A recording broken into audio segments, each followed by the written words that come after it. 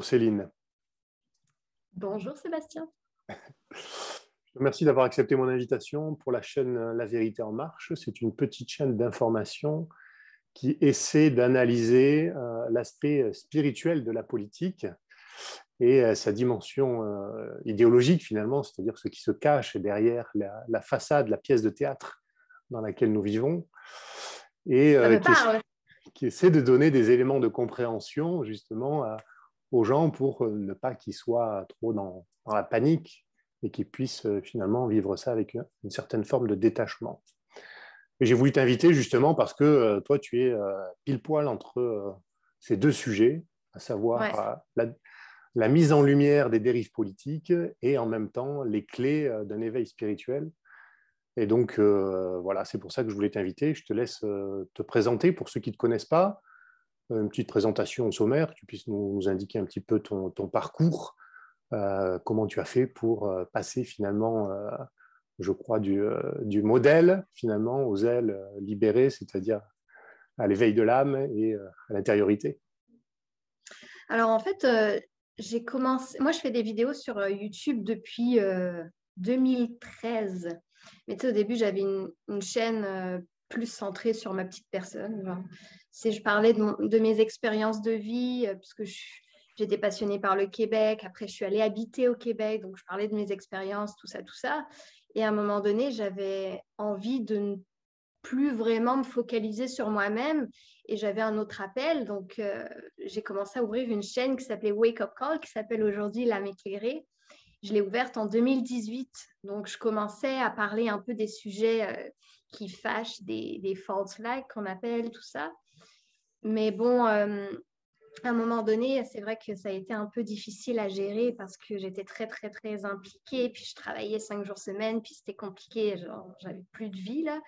Puis, comme je suis vraiment sensible, c'est vrai que j'avais du mal à gérer ça parce que là, je me rendais compte du monde dans lequel on vivait. Là. Donc, j'ai eu besoin de prendre un break. Et je suis rentrée en France à l'été dernier. Et malgré tous les messages que je recevais sur Facebook, parce qu'en fait, voilà, je ne parlais pas du tout de ce qui se passait, de la Covid, tout ça. Je faisais l'autruche. Hein. Et je ne répondais pas à tout ça, toutes les demandes que j'avais par rapport à ça. Mais à un moment donné, ça a été plus fort que moi. Il a fallu que je revienne. Et j'ai recommencé à faire des vidéos, on va dire, où je dénonçais pas seulement ce qui se passe aujourd'hui, mais ce qui se passe depuis toujours. Et j'aime bien faire des parallèles entre, mettons, ce qui s'est passé il y a 50 ans et aujourd'hui, en fait, à quel point rien n'a changé. C'est vrai. Et j'ai ouvert une chaîne un peu plus axée spiritualité il y a quelques mois, je dirais en fin d'année, parce que, Lumière sur l'invisible. ouais, je ne sais pas l'expliquer, c'était juste un enchaînement logique pour moi. En fait, depuis mon retour en France, depuis l'été dernier, j'ai l'impression d'avoir énormément évolué. Puis c'est pas juste une impression. D'un mois à l'autre, on dirait que j'étais tellement plongée dans cet univers-là. Je parle l'univers spirituel que ben, forcément, ça a eu des impacts positifs sur ma vision des choses et j'avais besoin de le partager tout simplement. Et tu évoquais le fait que j'étais modèle. En fait, j'étais modèle avant de quitter la France en 2014-2015. Puis j'avais arrêté, puis j'ai repris en 2019 les photos parce que c'est vrai que c'était un travail super intéressant. J'ai toujours adoré la photo, tu vois.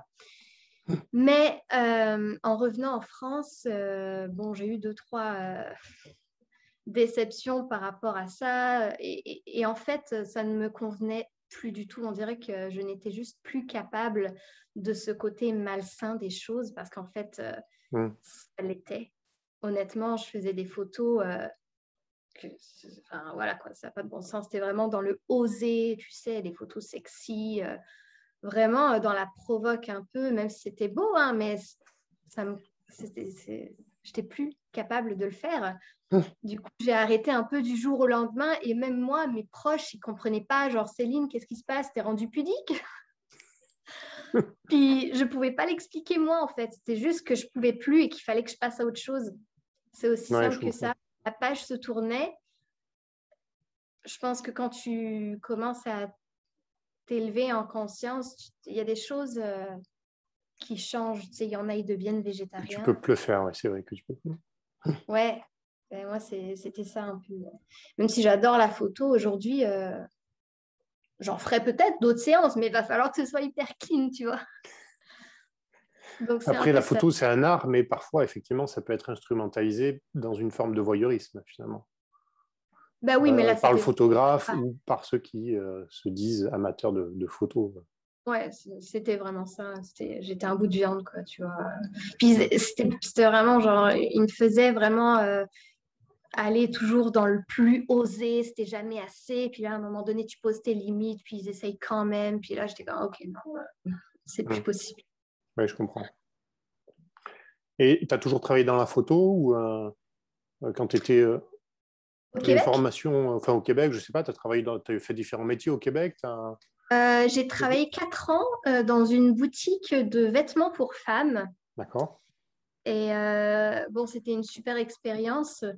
Comme je le dis, j'étais très heureuse parce que j'adorais les collègues avec lesquels je travaillais, mais c'est vrai que le travail en lui-même, c'était assez superficiel et plus le temps passait et plus je voyais que j'avais rien à faire là en fait et j'avais l'impression de passer à côté de mon temps parce que Mm. quand j'étais au travail, en fait, j'avais toujours l'esprit ailleurs, tu vois, genre mes sujets de vidéo ou Oui. j'avais l'impression de perdre du temps pour ce qui est de vraiment important, c'est-à-dire me nourrir mon esprit, mon âme.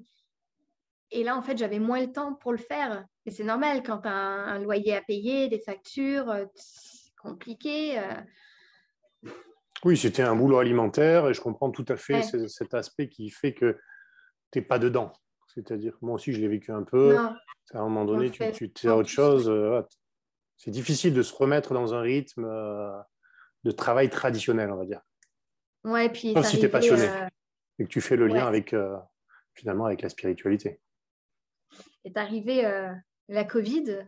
Et là, j'ai perdu mon emploi, ce qui était en fait une bénédiction parce que je commençais à y aller de reculons. Mhm. Et bon, j'étais triste de quitter mes collègues, mais tu vois, il fallait que ça arrive en fait. Ça a été une bénédiction pour moi ce qui est arrivé.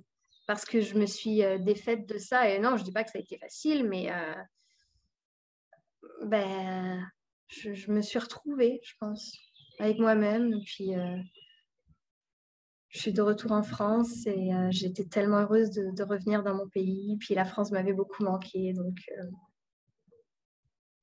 Tu as toujours été de cette région, des Alpes-Maritimes? ah non, du tout. Moi, Du tout? j'arrive de Bretagne. D'accord. C'est une J'ai Bretonne, alors. beaucoup Ok. déménagé. J'ai habité la Belgique, j'ai habité le nord de la France, j'ai habité le Québec et me revoilà dans le sud. J'avais besoin de chaleur après le froid canadien, Je comprends. de chaleur et de soleil, tu vois.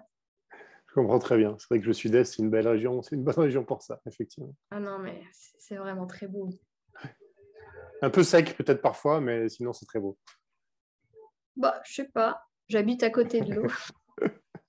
Non, mais je dis ça parce que moi, je suis du Sud-Ouest. Et dans le Sud-Ouest, si tu veux, c'est très verdoyant. Donc, Et je suis jamais allée. je suis jamais allé. Bah, voilà. Un jour, ça sera peut-être l'occasion de découvrir. Tu verras que c'est très beau aussi. Ah, je veux La, tout voir, moi. la côte atlantique, vraiment, est très belle. Et même à l'intérieur des terres. Hein, non, c'est vraiment une belle Ah, je- région. C'est un peu le lien entre mer et montagne. Ouais, ici, apparemment, il y a les montagnes aussi. Ben, ouais, je les ai croisées. Je ne suis pas encore allée tout voir. Mais... Il y a encore le temps. Pour revenir un peu sur notre sujet et sur cette crise finalement du Covid qui t'a fait perdre ton emploi et qui a participé aussi à ta volonté d'analyser davantage finalement les arcanes de cette crise, les arcanes des dérives politiques.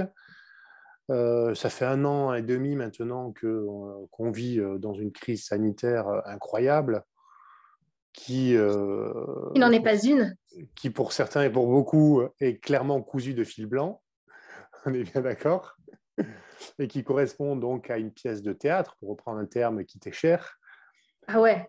Et je voudrais savoir, toi, quelle est ta position finalement à la fois sur cette crise et pour reprendre l'actualité la plus récente, sur cette obligation vaccinale un peu pernicieuse, un peu vicieuse qui est imposée à beaucoup de gens et bien sûr sur ce pass sanitaire qui est complètement restrictif des libertés fondamentales, la liberté de circuler normalement, bref, qui contrevient presque, on va dire, à tous nos principes constitutionnels.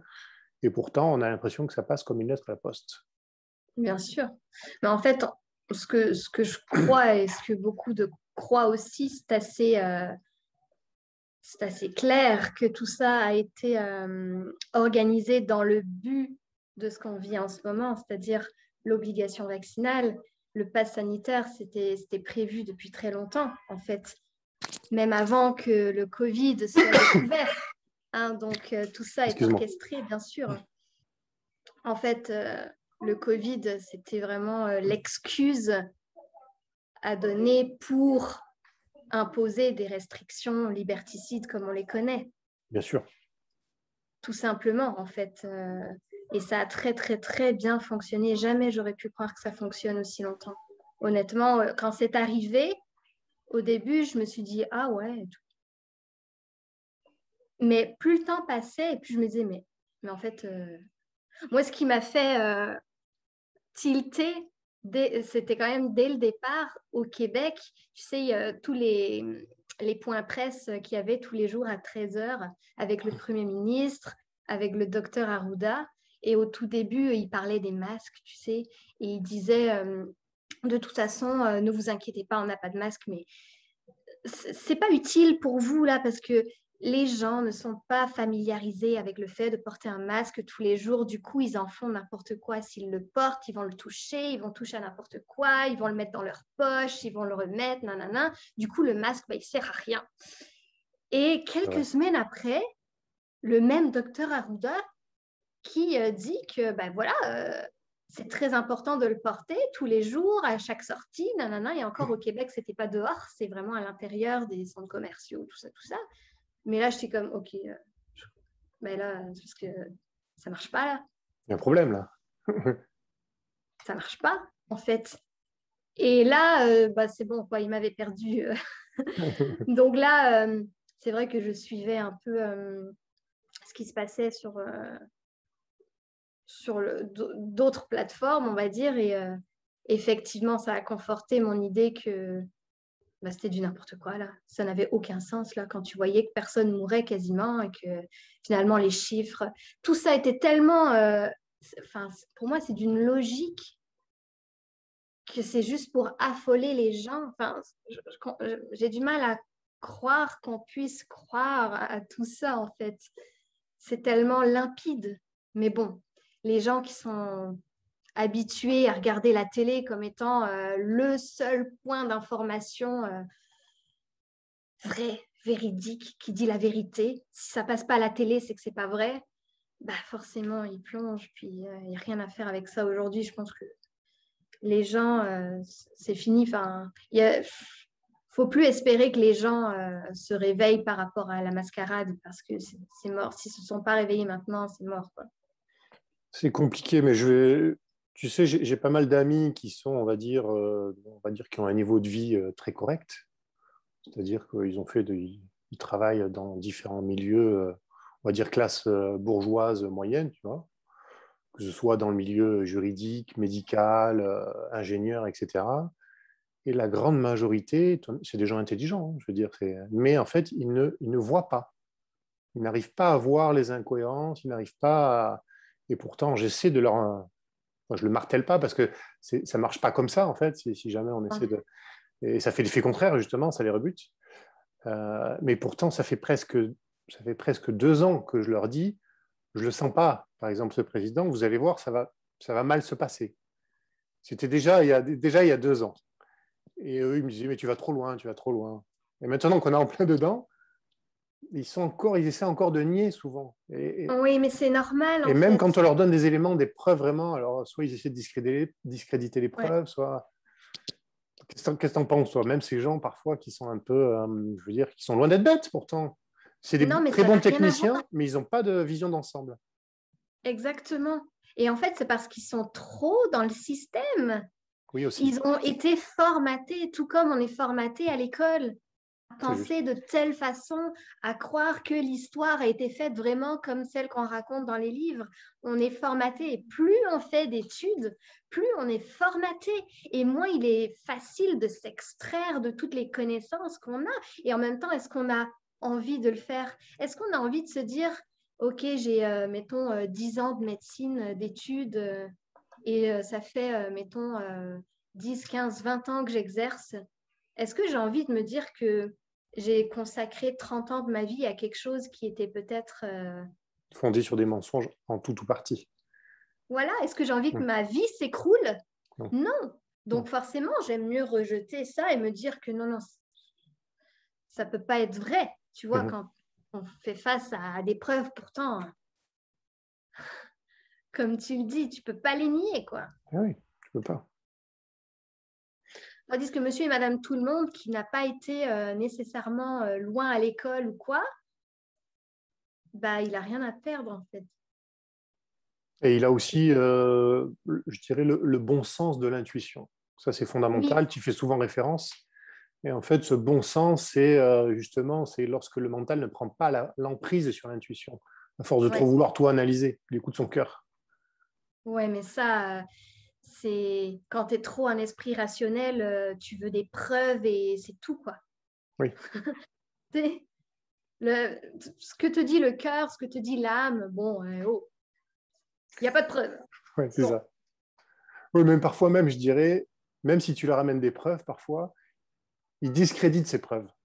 Parce que ouais, ça ne c'est pas vient pas mainstream, c'est pas de... assez mainstream, ou c'est pas Ouais, assez... Donc, il n'y a plus de critique possible, finalement. c'est incroyable. C'est incroyable, c'est vrai. C'est triste. C'est triste. C'est comme ça, écoute. Donc toi, tu ne te sens pas du tout finalement concerné par à la fois l'obligation vaccinale, le pass sanitaire, étant donné que tu disais en début d'interview que tu avais une vie tranquille finalement entre ton appartement et la plage et que bon, tu n'avais Ouais, pas de mais en besoin. fait, ça risque de se compliquer puisque là, le premier, ça va être encore plus compliqué, le 1er août, là.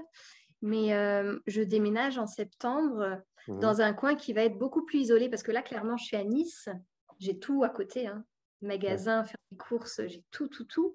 Mais là, comme je disais, je crois juste avant qu'on appuie sur record, j'avais besoin d'un calme.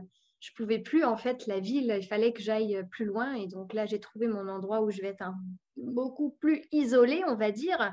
Mhm. Et le seul truc qu'il y a proche pour aller faire mes courses, ça va être un centre commercial. Donc, Ah, j'y aurai plus droit. Et il est hors de question que je me fasse piquer pour aller faire mes courses. Du coup, j'ai trouvé l'astuce, c'est de me faire livrer à la maison. mhm. Donc, je crois qu'on a toujours moyen de contourner quand on le veut vraiment. Après, comme je disais, moi, j'ai personne après moi, j'ai pas d'enfant.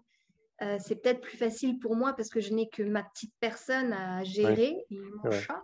Mais je veux dire, quand tu as des enfants, là, le problème devient plus complexe. Mais je me sens pas tant stressée par rapport à ça parce que j'ai confiance en mes solutions. Je vais trouver de toute façon, c'est sûr que je vais trouver des solutions là, tu vois.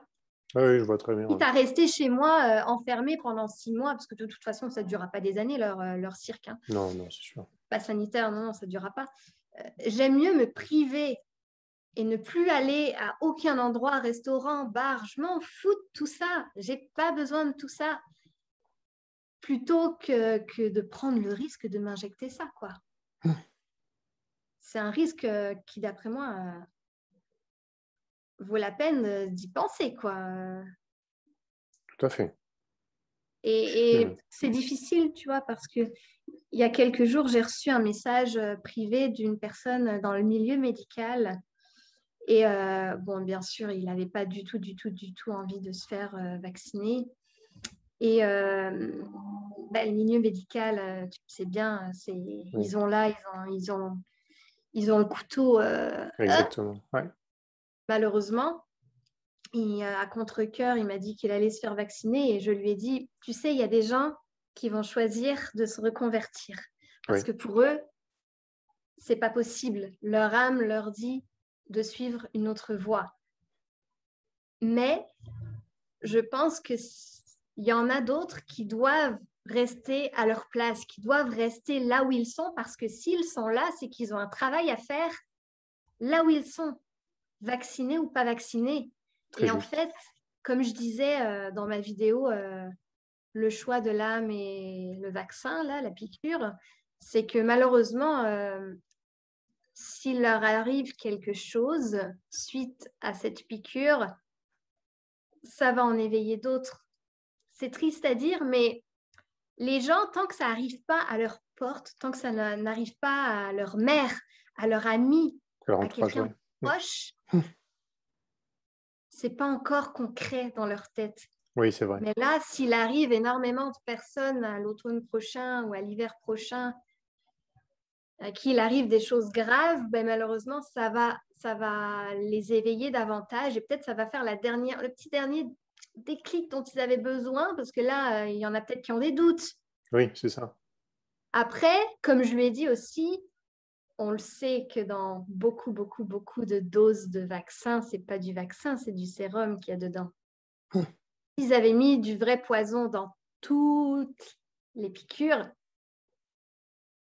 probablement qu'il y aurait déjà beaucoup plus de dégâts qu'il y en a. Donc, il faut laisser la vie se charger de ça maintenant. Oui, c'est vrai. Oui, il faut que ce soit grave, comme tu disais, parce que je vois, je te parle d'une expérience propre d'un ami, par exemple, qui me dit qu'il est sur Paris et qui me dit autour de moi, ça repart apparemment, j'ai des personnes qui ont attrapé le variant Delta. Alors je lui demande s'ils sont vaccinés. Il me dit oui, ils sont doublement vaccinés. Je lui dis mais alors, mais ça sert à quoi finalement de prendre ce vaccin? Depuis le début, je vous dis que ça sert à rien. Et finalement, il le chope quand même. Il dit oui, mais bon, tu sais, je lui dis mais alors tout repose que sur des croyances, on est d'accord? Oui. Donc il suffit que tu n'y crois pas. Arrête d'y croire. Bon, il était un peu embarrassé, mais bon. Tu peux pas dire ça à quelqu'un. Tu peux pas lui dire en fait, tu fais ça par soumission. Non, par croyance, pas par soumission, parce que oui, si on lui dit par soumission, c'est sûr, il va se vexer.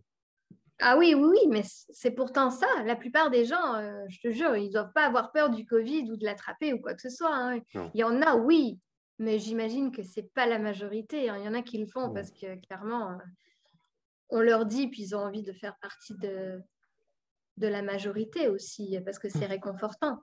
Tout à fait. Si tu sors de la masse et que là, tu commences à penser différemment, ah, mais je vais être traité de complotiste, donc vaut mieux pas. Aujourd'hui, être traité de complotiste, c'est peut-être la pire des choses avec lesquelles les gens n'ont pas envie de dealer. Ils préfèrent être dans l'erreur plutôt que d'être dans la vérité. Mais là, les gens, qu'est-ce qu'ils vont penser de moi? Et c'est Ils sont encore sur l'extérieur, en fait. Ouais. Qu'est-ce que les gens vont penser? Non, là, c'est ta propre vie qui compte, là. On est bien d'accord, effectivement. L'éveil, là, tu t'en fiches, là. C'est plus la question, là, ce que les gens pensent, là, malheureusement. C'est vrai, c'est très juste. Comme tu dis, effectivement, les gens, en règle générale, préfèrent être du côté de la majorité, finalement, plutôt que d'avoir raison. En fait, consciemment ou inconsciemment, c'est ça, en fait. Ouais. Non, c'est pas conscient. Oui. Enfin, je pense. Et pourtant, les gens devraient comprendre qu'on ne peut pas, pour une maladie, ne proposer qu'un seul traitement. Et en plus, un traitement expérimental, sachant que beaucoup de médecins très sérieux ont proposé des traitements alternatifs, des traitements qui, pour le coup, correspondent à l'intérêt général, puisqu'ils sont tombés dans le domaine public. Or là, on va promouvoir un traitement qui, finalement, a été développé par des lobbies très puissants, on pourrait dire des lobbies mafieux. Bah oui. En réalité, l'industrie pharmaceutique, ça fonctionne un petit peu comme une mafia. Ah oui. Et tout ce qui est naturel, ils n'en veulent pas. Enfin, c'est toujours le même cinéma, en réalité. Ouais, ça, depuis un bon 50 ans. Ouais. Si c'est naturel, ils ne peuvent rien en retirer, en fait. Tu ne peux pas breveter des plantes. Exactement. Donc, tu ne peux pas avoir de l'argent. Si on te dit, tu peux passer à côté du Covid si tu as un système immunitaire sain, si tu te nourris correctement, si tu prends de la vitamine C, la vitamine D, du zinc. Ben là, ça coûte rien. Des vitamines, enfin, pas C'est ça. grand-chose, Oui, en fait. Et si tu es en bonne santé, ben, malheureusement, Big Pharma va pas être content. Hein. oui. Et comme je le disais dans une de mes vidéos sur l'alimentation, il suffirait qu'on soit en bonne santé pour que Big Pharma tombe. Il suffirait qu'on arrête d'ingérer certaines substances qu'on mange à peu près tous les jours. Pour beaucoup, hein. Les gens n'ont pas la conscience d'à quel point ils mangent de la marde, de la merde. Ils n'ont pas conscience de ça, ils sont habitués. Et du coup, c'est ça qui les rend malades et c'est ça qui rend leur terrain malade, leur corps. Quand tu manges mal, ton système immunitaire fonctionne moins bien. Tu as plus tendance à choper des conneries, des virus, des ci, des ça. Alors que quand tu es en bonne santé, ben, ça fait barrière quelque part. Oui, tu peux choper des trucs, mais relativement moins souvent et peut-être moins Tout à fait. important, quoi. Mais les gens préfèrent continuer à manger ce qu'ils mangent et à dealer avec les maladies qui pognent et devoir prendre des trucs chimiques pour apaiser ça. Parce que bon, si le docteur le donne, c'est que franchement, le docteur, il sait mieux que moi. Hein. Le docteur, 7 ans de médecine, il sait mieux que moi. Moi, monsieur et madame tout le monde, on se pense inférieur. Oui. Alors qu'en fait, on est capable de faire des recherches tous et chacun. Et Ah oui, oui, complètement. on n'a pas 7 ans de médecine tous. Et alors, en fait, comment ils faisaient il y a 200, 300 ans? Il n'y avait pas encore le chimique. Et ils se soignaient avec des plantes et avec des Bien sûr. fruits, avec des légumes. Peut-être que certains ne survivaient pas, mais il y avait beaucoup, beaucoup, beaucoup, beaucoup moins de maladies. Oui. Aujourd'hui, c'est chronique. Elle le disait, Claire, c'est vrai que dans les 50 dernières années, ou plus même, les gens, ils sont malades chroniques. C'est quasiment rare aujourd'hui quand tu meurs de façon naturelle. C'est vrai. Pourquoi? C'est drôle, ça coïncide exactement au moment où les supermarchés ont été créés et où les gens ont arrêté de se nourrir avec le fermier du coin, avec le marchand de légumes du coin. Ils ont commencé à manger de plus en plus mal et à être de plus en plus malades. C'est drôle, quelle coïncidence, disons. C'est Ils ne juste. font pas le lien parce qu'on ne peut pas parler de ça à la télé. Si les gens prennent conscience de ça, imagine, ils commencent tous à manger bien. Voilà, ils seraient moins malades. Et là, bah là c'est fini, la Big Pharma. Et quelque part, j'allais dire, finalement, depuis à peu près peut-être une dizaine d'années, on est dans une forme de développement personnel. Ça, je veux dire, il y a beaucoup de librairies dont les rayons sont remplis de livres de développement personnel et aussi de bien-être, finalement, de santé. Ouais, Une bonne crise comme ça permet indirectement de renflouer peut-être cette industrie qui était peut-être en perte de vitesse, puisque bon, c'est quand même une industrie au pied d'argile. Et si les gens se responsabilisent effectivement, comme tu dis, qu'ils mangent bien, qu'ils ont une bonne hygiène de vie, bah, bon, elles n'ont plus lieu d'exister finalement. ça serait Voilà. terrible. On va poser. La réponse nous appartient, mais on sait très bien ce Ouais, que c'est. ouais.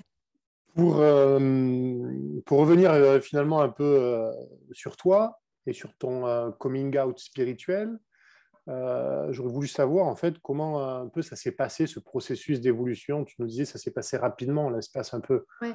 d'1 an là, tu as eu l'impression de changer intérieurement. Est-ce que tu lirais ça finalement à ta curiosité, au fait que justement tu lises pas mal de livres, en fait que tu apprennes à te connaître, parce que finalement c'est un Ouais. peu, j'allais dire, c'est un peu cet adage, connais-toi toi-même et tu connaîtras l'univers et les dieux, disait Socrate, je crois. Donc c'est un C'est peu bien ça dit. finalement qui reflète finalement beaucoup de parcours de gens qui sont éveillés, c'est-à-dire ils prennent le temps de se connaître. Est-ce que tu pourrais dire que tu serais un peu là-dessus? Et comment tu définirais un peu l'éveil d'abord, pour toi, ta Je définition? pense que chacun doit avoir sa Oui, propre histoire avec ça, oui, mais ça s'est fait, je dirais pas du jour au lendemain. En fait, bon, j'ai toujours été croyante. J'étais un peu dans la religion il y a quelques années. Et Religion chrétienne? oui, oui, chrétienne, catholique. Oui. Et en fait, ça ne me convenait pas parce que je ne me sentais pas libre sur certaines choses, en fait, parce que clairement, quand tu es dans la religion, ben, si tu sors un peu du cadre, tu dois être comme ça, tu dois être une petite brebis, tu dois être... tout n'est pas mal, hein, en fait. Je pense que ça peut être quelque chose de très bien pour certaines personnes. Moi, ça ne me convenait plus. Et en fait, j'ai vécu des déceptions tellement difficiles au Québec que j'ai tout rejeté en bloc. Mhm. Dieu, je voulais plus rien savoir, je me suis mis en colère, je veux plus rien savoir de rien. Et bon, ça m'a rattrapé, pas la religion, mais la foi, parce que je l'ai toujours eu depuis toujours. J'ai toujours su qu'il y avait quelque chose. Et même ma vision de ce qu'est Dieu aujourd'hui a complètement changé, parce qu'il y a quelques années, pour moi, Dieu, c'était Dieu, le Dieu extérieur, le Oui. Dieu ouais, qui va nous juger, tu vois, comme nous l'apprend un peu la religion. Mhm. Et j'ai tellement eu une expérience différente parce que quand j'ai pris conscience que Dieu était amour, c'était... voilà, ça changeait, tu vois. Et au fur et à mesure du temps, je comprenais que ben, finalement, nous ne formons qu'un avec lui et que clairement, nous avons tous une partie de Dieu comme en nous. Nous sommes tous créateurs, tout ça, tout ça. Et là, je commençais les pièces du puzzle commençaient à s'emboîter. Et là, j'étais comme, ouais, mais en fait, Dieu n'est pas extérieur. Dieu est Intérieur. Oui. dans nous. Dieu est dans la mer, le soleil. Mais je veux dire, je vais pas dire nous sommes des dieux, mais nous sommes une part de lumière divine, tu vois. Et ça correspondait plus avec l'image que j'avais de la religion, de la spiritualité. Ça a pris comme tout son sens. Et là, je me suis mise à lire beaucoup, à écouter beaucoup de vidéos sur YouTube. Et j'ai pris toutes les choses qui me semblaient justes pour faire mon histoire. Et je te dirais que, ouais, mois après mois, j'ai des choses qui résonnent de plus en plus en moi et qui m'appellent. Et on dirait que j'ai une soif d'en savoir toujours plus, de comprendre. Et là, en fait, ce qui se passe en ce moment, c'est que j'ai envie de comprendre non seulement la raison pour laquelle nous sommes ici, mais tout ce qui se passe sur un plan beaucoup plus élargi que la Terre. J'ai envie de connaître aussi ce qui se passe dans les autres planètes, les autres formes de vie, tu vois. Mhm. Et malheureusement, bon, c'est pas encore quelque chose dont on peut vraiment parler facilement. Donc, je vais garder mes connaissances pour moi au début. Je comprends très bien. Mais en fait, on dirait que j'ai envie d'approfondir et d'élargir ma vision toujours. Et ça devient vraiment quelque chose de Boulimique. viscéral. Mhm. Ouais. Et au fur et à mesure que tu en sais, tu découvres que tu sais rien, en Oui. fait, par rapport à la masse de choses à savoir, à connaître. Et ça me fascine, ça me nourrit beaucoup. Et Oui, j'ai c'est, l'impression de me retrouver davantage là-dedans, en fait. ça te remplit. C'est-à-dire, tu Ouais, trouves, voilà, ça remplit ton âme. Au lieu de ouais. remplir ton mental, ça remplit ton âme. Et c'est la chose la plus importante pour moi aujourd'hui. C'est d'évoluer à ce niveau-là et de le partager. Mais encore là, c'est vrai que comme je parle beaucoup de vidéos de sujets plus politisés, et le contexte dans lequel on vit n'invite pas, mais alors pas du tout, et c'est fait exprès, pour qu'on se focalise sur la crise et qu'on évite de prendre de la hauteur et de se dire, ouais, mais il y a peut-être autre chose dans l'univers, tu sais, parce qu'on est tellement focalisé sur les difficultés qu'on traverse, les gens vont perdre leur emploi pour certains, les autres vont faire des choix qu'ils auraient voulu éviter pour d'autres, enfin, tu vois, on évite Ouais. de se poser les bonnes questions. on peut pas, en fait, tout est étudié pour qu'on ne s'introspecte pas, si ça se dit. En tout cas, qu'on ne s'interroge Ouais, pas sur à son l'intérieur. oui, sur son On veut intériorité, des c'est vrai. réponses à l'extérieur Ça, au niveau politique. Et c'est vrai que ce que j'ai aussi compris dernièrement, c'est qu'on n'a pas besoin d'un gouvernement, puisqu'il ne sert à rien, puisque tout ça, ce sont des marionnettes. Et que, en fait, au plus on creuse à l'intérieur de soi, au plus on comprend que c'est notre âme qui nous guide et que c'est la guidance la plus importante. Peu importe ce que le gouvernement dit, pense, oblige, peu importe, tu vois. complètement. Parce que une fois que tout ça va être balayé, bah, tu vas te retrouver seul avec toi-même et avec ton âme. Et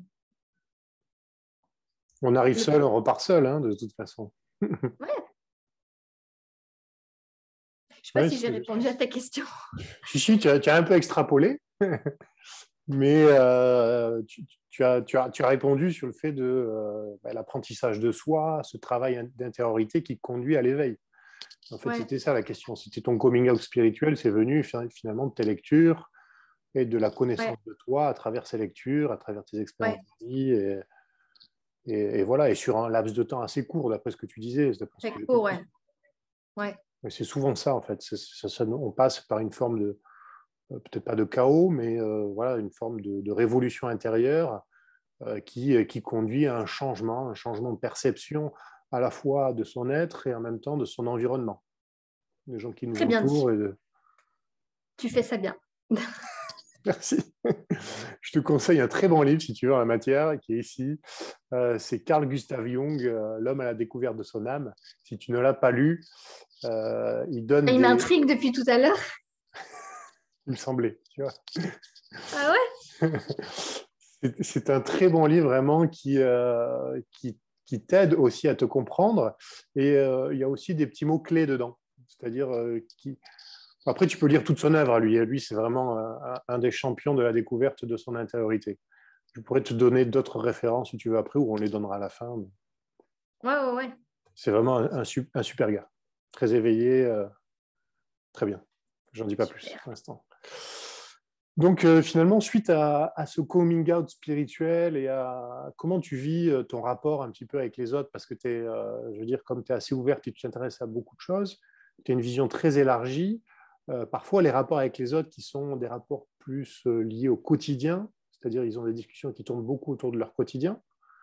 Et bon, alors, c'est sympa parfois quelques minutes, mais ça peut devenir difficile parfois lorsqu'on n'arrive pas finalement à échanger à nouveau et à s'extraire un peu de ça, aller un peu plus dans la profondeur de la discussion, j'allais dire. Comment tu arrives à... Ça, je le vis pas très facilement. Ouais. Et pour être totalement franche, je fuis les discussions parce que j'ai l'impression qu'on on vit plus dans le même monde et on a plus les mêmes priorités. C'est même plus une affaire de je pense comme ça et toi non. Parce qu'en fait, j'ai l'impression que c'est pas du tout une question d'opinion, c'est une question d'ouverture d'esprit, de curiosité et de conscience, tu vois. Très juste. Et j'ai l'impression qu'on est juste sur le même plan et j'ai beaucoup, beaucoup, beaucoup de mal à dealer avec les conversations de la vie de tous les jours. Ça... Déjà, de nature, je ne suis pas nécessairement quelqu'un de bavard. Donc, quand je parle, c'est pour parler des vraies affaires. Et moi, parler de la pluie et du beau temps, comme tu dis, ça va 5 minutes et du coup, j'ai tendance à fuir. Et là, je ressens vraiment cet appel. Comme je disais, moi, je suis une fille de la ville et jamais j'aurais pu croire un seul instant que je penserais un jour à la quitter et aller habiter un peu loin de tout, dans un endroit calme où il ne se passe pas grand-chose autour. Et là, je ressens un besoin de m'extraire de plus en plus de la masse parce que, oui, en fait, je côtoie très peu de personnes dans la vie réelle. Je suis tout le temps en train de répondre aux messages. Dans le virtuel, je suis très active, mais dans la vie réelle, j'ai très peu de monde autour de moi. Et je vois très peu de gens, en fait, et je parle à très peu de gens dans la vie réelle. Et là, j'ai encore plus besoin de prendre du recul et vraiment de me recentrer parce que c'est le moment de le faire, je crois. Mhm. Donc, je ne vis pas super bien. Je comprends. Mais je sais que c'est pour mon bien, en fait. Et je ne veux pas faire semblant, tu vois. Je veux pas... Parce qu'en fait, avoir une conversation et être dans le... Tu sais, quand tu essayes de trouver tes mots pour pas choquer quelqu'un ou pour pas créer de disputes, parce C'est que je vrai. suis un petit peu impulsive et que voilà, j'essaye de travailler ça. Donc, en fait, des fois, j'évite de parler aux gens, comme ça, je m'énerve pas, tu vois. Je vois très bien. On sent effectivement que tu es assez dynamique. Quand j'ai regardé un petit peu sur Internet ce qu'il y avait, j'ai vu plusieurs sites Internet, plusieurs blogs, et que Ouais, bon, tu avais une phase où tu cherchais un peu ce que tu voulais faire et tu ouais, tâtonnais un peu sur plein de trucs. ouais. Et c'est très bien. Après, bon, ben, tu es en train de trouver, là. Tu es en train de te... Mais dans le fond, tout ce que j'ai fait avant Ah, ma première chaîne YouTube, ben, ça m'a appris à parler devant une caméra, à utiliser un logiciel de montage, à faire ce que je fais aujourd'hui, même si les sujets avaient peut-être un peu moins d'importance pour la plupart des sujets que j'ai traités avant. Ben, au moins, ça m'a permis d'être à l'aise dans ce que je fais aujourd'hui. complètement. C'est très important. De toute façon, Ouais, tout est lié. Hein. On peut pas renier ce qu'on a fait, ça fait partie de nous. exact. Donc finalement, tu disais que c'était pas forcément facile ce rapport avec les autres. Est-ce que c'est pour ça que tu essaies de trouver un équilibre dans tes deux chaînes, à la fois pour une chaîne un peu plus spirituelle, la chaîne Lumière sur l'invisible, et ta chaîne L'âme éclairée, qui est une chaîne un peu plus politisée, qui montre... c'est ton équilibre finalement que tu arrives à retrouver sans forcément l'avoir avec des contacts extérieurs, Ouais, je veux dire des contacts réels, tu as des ouais. contacts, comme tu dis, virtuels, mais cet équilibre intérieur et cette discussion que tu entames aussi avec les gens, finalement, mais un peu plus virtuellement, effectivement, c'est comme ça que tu le trouves, donc cet équilibre. Pour l'instant, oui. Après, je, je, je pense aller de moins en moins dans le côté politique. Mmh. J'ai l'impression que quelque part, la roue va bientôt tourner, le cercle va se fermer, parce que j'ai encore des sujets que je considère importants, que j'aimerais aborder sur l'âme éclairée, mais développer le côté plus spirituel, c'est ça qui va se passer Mmh. probablement dans les prochains mois, années. Bien sûr, on ne sait pas de quoi demain il fait, mais c'est ce vers quoi je tends parce que c'est ce qui m'appelle en fait. Mmh. Et bon, si les gens ne sont pas prêts, il y en a d'autres qui vont arriver, qui seront prêts à entendre le message. Je ne m'inquiète pas pour ça, tu vois. Parce qu'en fait, même si beaucoup me disent merci de parler de ça parce que ben, je me sens moins seule, que ce soit le côté politique ou pas, hein, Oui, bien ben, sûr. ça, tu le sais que peu importe s'il y a 500 personnes qui regardent ou 5000 ou 50 000, ben, tu ne l'as pas fait pour rien. Donc, s'écouter en premier, c'est quand même... Il faut que je suive mon évolution, ma propre évolution, en fait. Mes vidéos vont aller dans le même sens que moi, tout simplement. Toujours, effectivement. Et là, je suis sur un éveil plus spirituel qu'autre chose. Donc, Donc, tu aborderas plus ces sujets, enfin, tu vas essayer de prioriser sur ces sujets-là. Donc. ouais, j'aimerais vraiment parler de certains trucs. On verra comment ça va être perçu. On verra bien, hein. Tu auras le retour de tes spectateurs, dans tous Ouais, les cas. Donc, je voulais te poser une question sur finalement comment tu allais t'adapter à cette crise, à ces restrictions, mais tu as déjà un petit peu répondu. je m'enfuis. Puisque tu fuis, tu trouves d'autres moyens finalement pour les courses ou pour autre. Tu disais, tu allais te Ouais, faire livrer. Donc, tu je as me un petit fais peu livrer. t'isoler, pardon.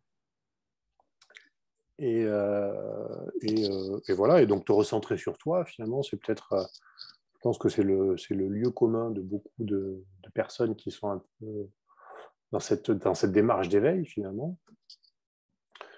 Et est-ce que tu vas, j'allais dire, enfin, tu viens d'y répondre aussi en partie, j'allais dire, continuer ce combat de l'information, parce que finalement, on est dans un combat de l'information entre, moi, je l'analyse comme ça, mais peut-être que tu aurais une autre analyse. En réalité, je ne pense pas que ce soit quelque chose qui soit contre, enfin, une dichotomie entre les vaccinés et les non-vaccinés, etc. Je pense que c'est un combat de l'information des gens un peu, on va dire, cyniques contre ceux qui sont éveillés. Parce que on sait très bien que finalement, le gouvernement a des agents, des personnes un peu bien placées un peu partout. Ils savent très bien qu'il y a un changement d'état d'esprit qui se met en place, pas seulement en France, mais également à l'étranger, aux États-Unis et beaucoup aussi, puisqu'il y a quand même une grosse littérature autour du développement personnel et de cette notion d'éveil, et qu'en fait, ils ne peuvent pas trop lutter contre ça, donc, sauf en créant finalement un événement un peu comme celui-là, un événement mondial, grâce à des sociétés discrètes qui tirent un petit peu les ficelles. Et finalement, on sait que, enfin, je pense qu'on sait que c'est ça, en fait, ce combat, ce vrai combat, entre les gens qui sont plutôt, qui se préservent eux et qui ont une conscience collective, parce que c'est ça, finalement, le travail de l'éveillé, c'est d'avoir à la fois une conscience collective et en même temps préserver sa propre personne. C'est un double Ouais. rapport. Donc, comment tu le sens, comment tu le vois, toi, tout ça?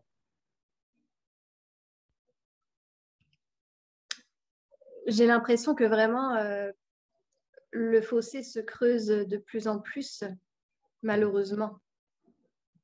Parce qu'en fait, chacun reste campé sur ses positions. Ouais. Et une fois qu'on sait quelque chose, on ne peut plus jamais enlever ces connaissances de notre cerveau.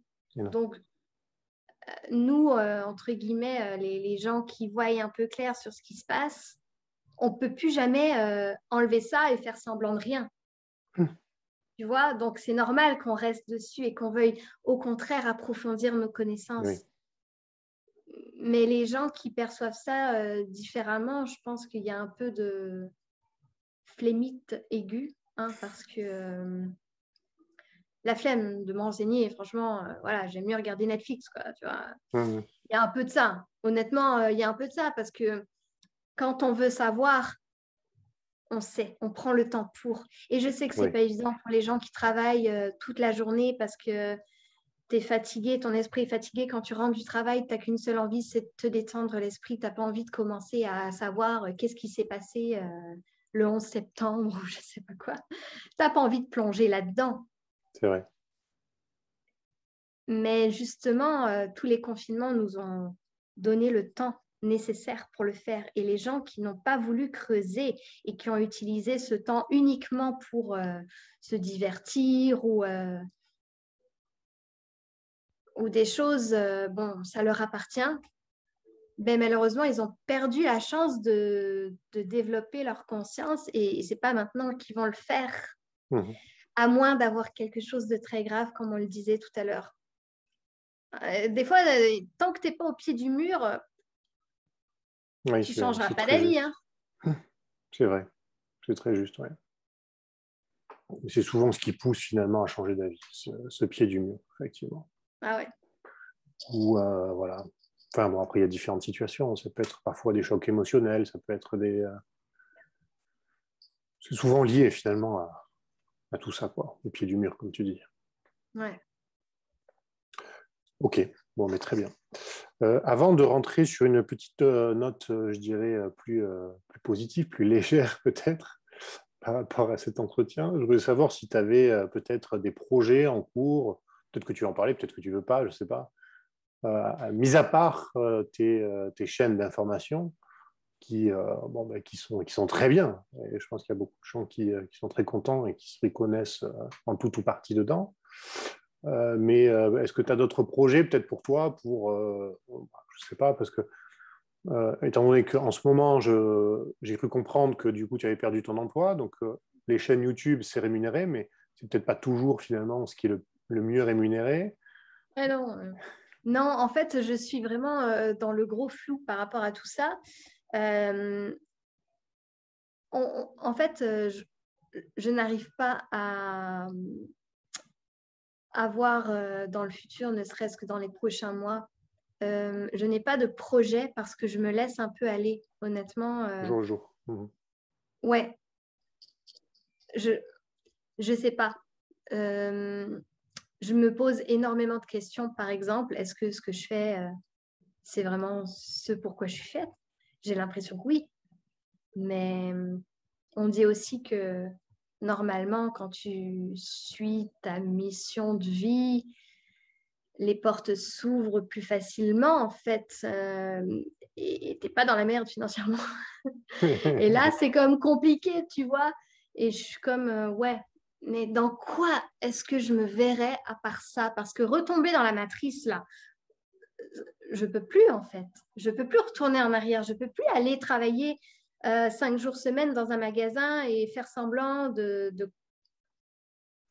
d'être intéressé par la mode ou avec un masque sur le visage toute la journée, alors que sur Internet, je dis tout le contraire. Je ne peux plus aller contre mes valeurs, contre qui je suis. Donc, comme on dirait au Québec, je suis poignée. Je ne sais pas quoi faire. Je suis À poignée part, pour les francophones, ça veut dire t'es coincé? je suis mal prise un peu, ouais. Ah oui, d'accord. Coincée dans le sens où pour l'instant, je ne vois pas comment agir autrement que ce que je fais à travers mes vidéos, que ce D'accord. soit pour moi-même ou pour autrui. Mais voilà, je reste à l'écoute. On verra bien qu'est-ce qui va se passer. Je dis ça parce que je pense à d'autres entre guillemets, lanceurs d'alerte ou personnes qui sont dans le milieu spirituel.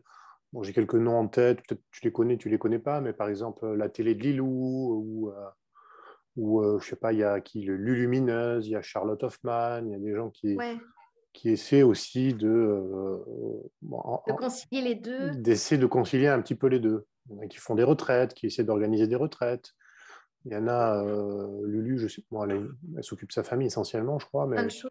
elle fait plein de choses. La télé Lilou, elle essaie soit d'écrire, soit d'interviewer des individus qui sont déjà, on va dire, dans le monde d'après, Ouais, c'est-à-dire celui qui lie à la fois la science et la spiritualité, et le juste, les ponts. les ponts. Voilà. Et donc voilà, peut-être que tu avais en tête, pas encore. Pour l'instant, c'est pas défini. Tu En fait, attends de. j'y pense à tout ça. Oui, Mais tant que c'est dans le flou et que ça ne m'apparaît pas comme quelque chose de mais c'est bien sûr, oui, je comprends. euh, je ne me lance pas dans rien. Parce que, comme je t'ai dit, je suis sûre de rien. D'accord. Mais j'ai hâte de savoir, par contre. Oh, ça devrait bouger, de toute façon. Là, ça bouge beaucoup en ce moment. Plus ça Ouais, tire ouais. d'un côté, plus ça tire de l'autre. Voilà. Et je pense que même d'ici la fin de l'été, ça devrait pas mal bouger. En tout cas, je te le souhaite aussi. Mais j'imagine aussi que quand j'aurai retrouvé plus de calme, quand j'aurai déménagé fin août, début septembre, et que je vais vraiment me recentrer sur moi, puisque du coup, je serai plus dans le bruit toujours. Je suis tout le temps dans le bruit. Tu vois, je filmais tout à l'heure ma vidéo. J'ai dû arrêter 8 à 10 fois ma caméra parce que j'étais tout le temps déconcentrée par les gens qui sortent, qui rentrent de l'appartement. Ça sonne ici et là, il y a du bruit dans la rue. J'arrive pas à me concentrer pleinement dans ce que je fais.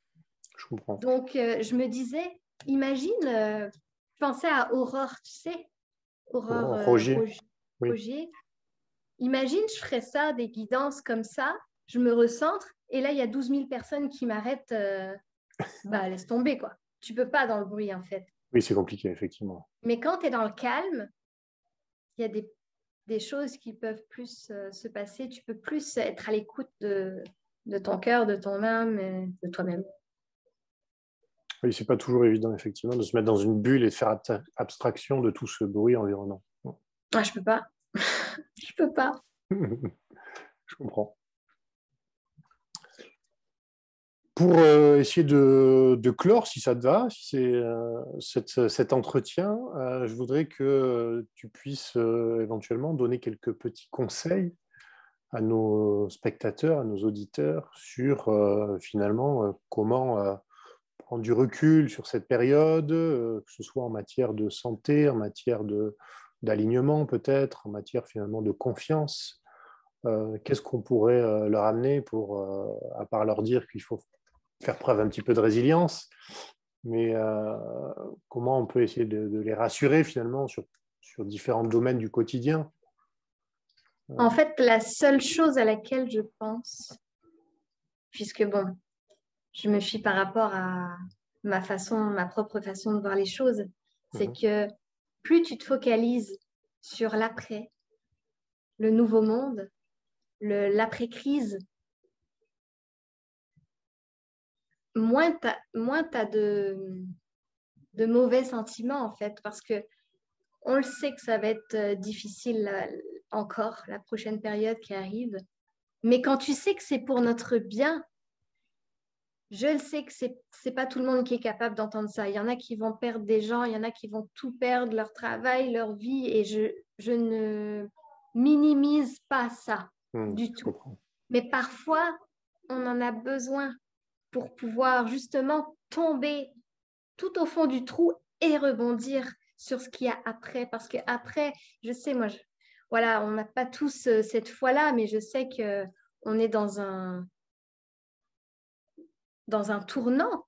Vraiment, peut-être que tout le monde ne s'en rend pas compte parce qu'ils voient effectivement au jour le jour les restrictions, tout ça, et qu'ils ne visualisent pas l'après. C'est sûr que quand tu n'as pas nécessairement la foi, c'est plus difficile de se dire ouais, on s'en va vers le nouveau monde, donc il faut que celui-ci s'écroule. C'est logique pour moi et ça l'est pour d'autres, mais ça ne l'est pas pour tout le monde. Donc, moi, c'est vraiment ça, c'est visualiser l'après. Moi, ça m'aide énormément au quotidien parce que je me dis que plus on s'enfonce, ben, c'est comme si tu arrives à la fin d'un livre. La fin d'un livre, c'est ils vécurent heureux et eurent beaucoup d'enfants, admettons. Ouais, mais il y a plein de trucs qui se passent avant, tu vois. Et plus il se passe de trucs, plus tu avances dans le livre et dans l'histoire et plus tu t'approches de la fin heureuse. Donc, en fait, ils nous emmerdent avec leur passe et leur vaccin et tout. Ben, de toute façon, on allait y passer. Donc, c'est pas évident, mais je pense que se recentrer vraiment et ne pas jouer le jeu de la peur. Il n'y a pas longtemps, j'ai croisé un de mes voisins et j'ai bien ressenti qu'il est très, très, très conscient de ce qui se passe et il est très plongé là-dedans. Il n'arrive plus à dormir et je comprends entièrement en fait son état d'esprit, mais il est complètement fait en fait.